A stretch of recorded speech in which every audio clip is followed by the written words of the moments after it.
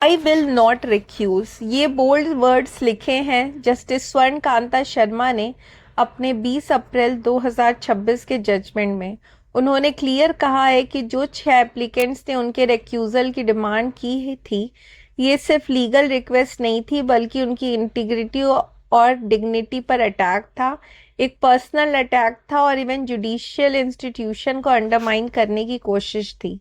Court ने यह भी ऑब्जर्व किया कि ऐसे एलिगेशन जुडिशियल प्रोसेस को नीचे गिराने की अटेम्प्ट होते हैं बिना किसी सॉलिड बेसिस के। यहाँ से एंड हुआ था एक कोर्ट रूम ड्रामा जो सिर्फ एक केस को डिसाइड नहीं कर रहा था बल्कि जुडिशरी की क्रेडिबिलिटी, इंडिपेंडेंस और लिमिट्स ऑफ लिटिगेशन स्ट्रेटेजी का भी टेस्ट कर रहा था।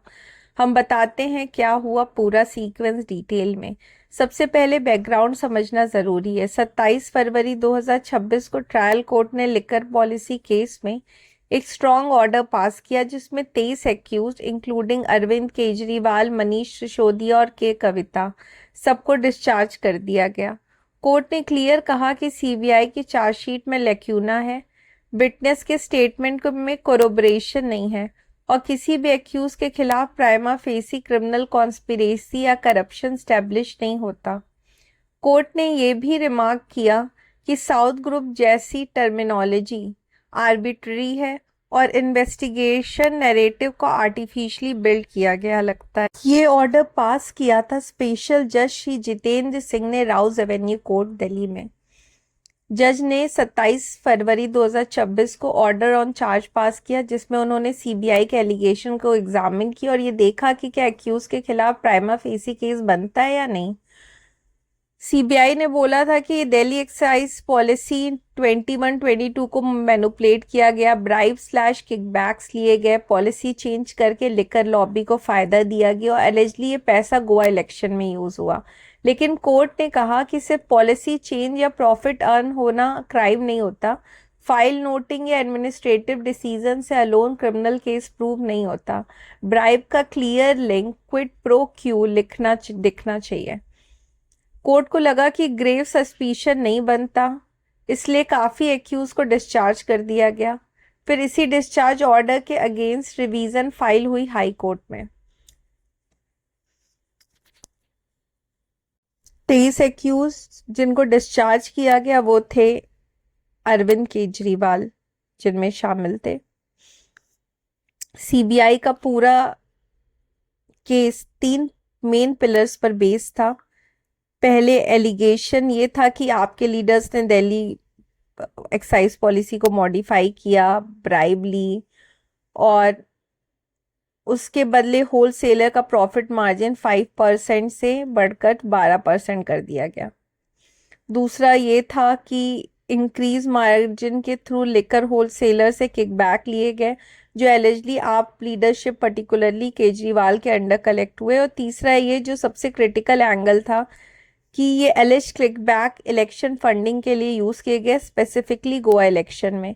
ये पार्ट डायरेक्टली ओवरलैप करता है इन्फोर्समेंट डायरेक्टरेट के केस से जहां इसको प्रोसीड ऑफ क्राइम माना गया और section 3 of prevention of money laundering act 2002। तो सिंपल एक्ट में प्रोसिक्यूशन की थ्योरी ये थी कि policy change, extra profit, kickback, election funding, लेकिन स्पेशल कोर्ट ने इस पूरी चेन को लीगली अनसस्टेनेबल माना और बोला कि इसमें कोई प्राइमा फेसी केस नहीं बनता।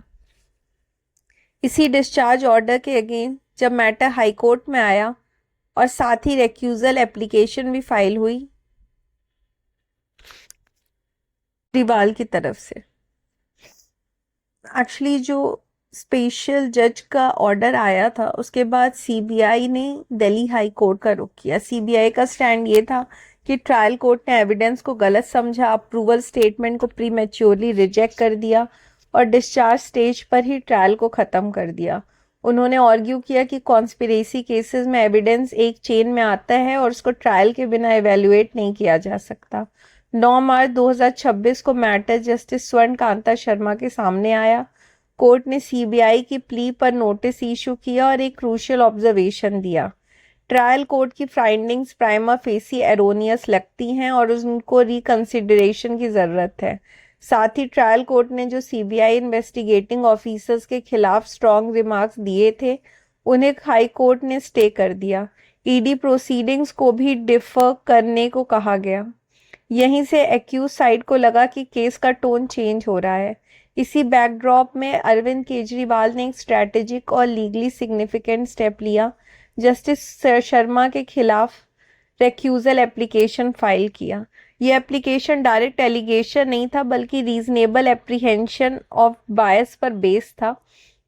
उन्होंने कहा कि वो जज की इंटीग्रिटी पे डाउट नहीं कर रहे, लेकिन उनके माइंड में एक जेन्युइन एप्रीहेंशन है कि उन्हें फेयर हियरिंग नहीं मिलेगी। रेक्यूजल एप्लीकेशन में मल्टीपल ग्राउंड रेज किए गए। सबसे पहला ये था कि जस्टिस शर्मा ने पहले के पीएमएलए और बेल मैटर्स में ऐसे ऑब्जर्वेशन दिए थे जो एक्यूज के हिसाब से गिल्ट इंडिकेट करते हैं।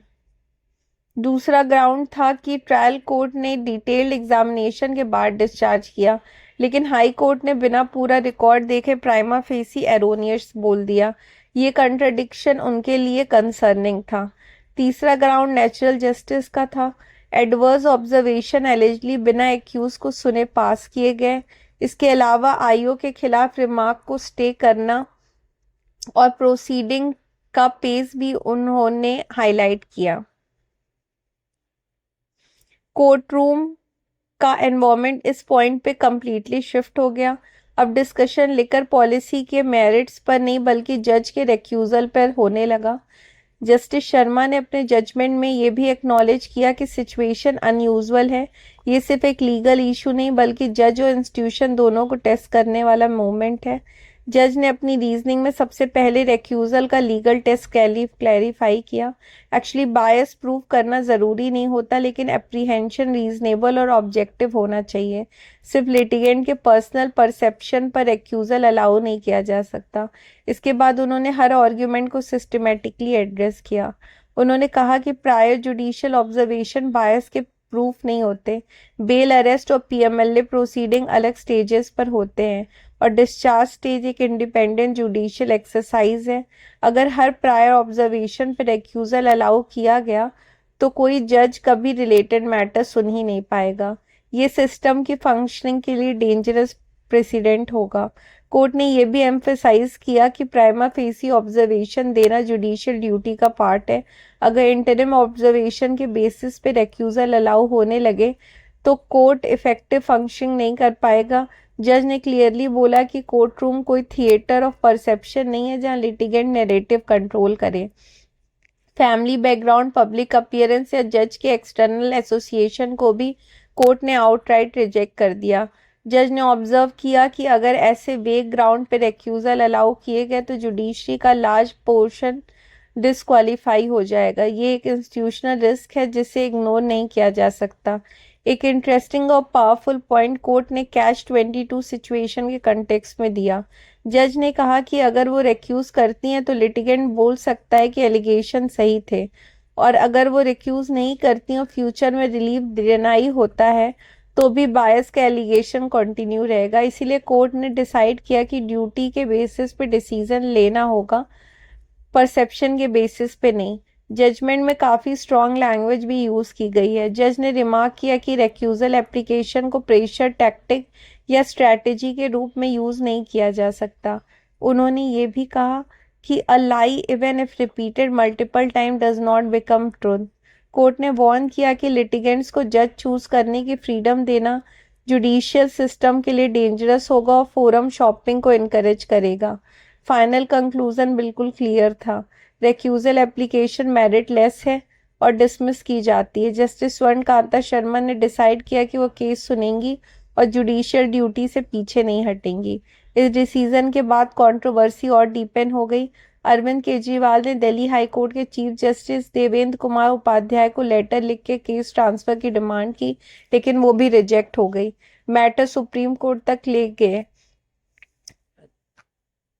कुछ सीनियर एडवोकेट इंक्लूडिंग कीर्ति उपल ने भी कंसर्न रेज किया कि ऐसे रेक्यूजल अटेम्प्ट जुडिशियल इंडिपेंडेंस को अंडरमाइन कर सकते हैं।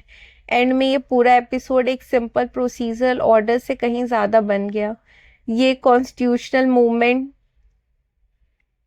था जहां एक तरफ लिटिगेंट्स का एप्रीहेंशन था, दूसरी तरफ जुडिशियल इंडिपेंडेंस। और जब जस्टिस स्वर्ण कांता शर्मा ने कहा आई रिफ्यूज टू रिक्यूज तो वो सिर्फ एक जज का डिसीजन नहीं था बल्कि एक इंस्टीट्यूशनल स्टैंड था कि कोर्ट प्रेशर, परसेप्शन और स्ट्रेटजी के बेसिस पर ऑपरेट नहीं करेगी बल्कि लॉ के बेसिस पर ही चलेगी। For more such legal updates please like, share, subscribe law को।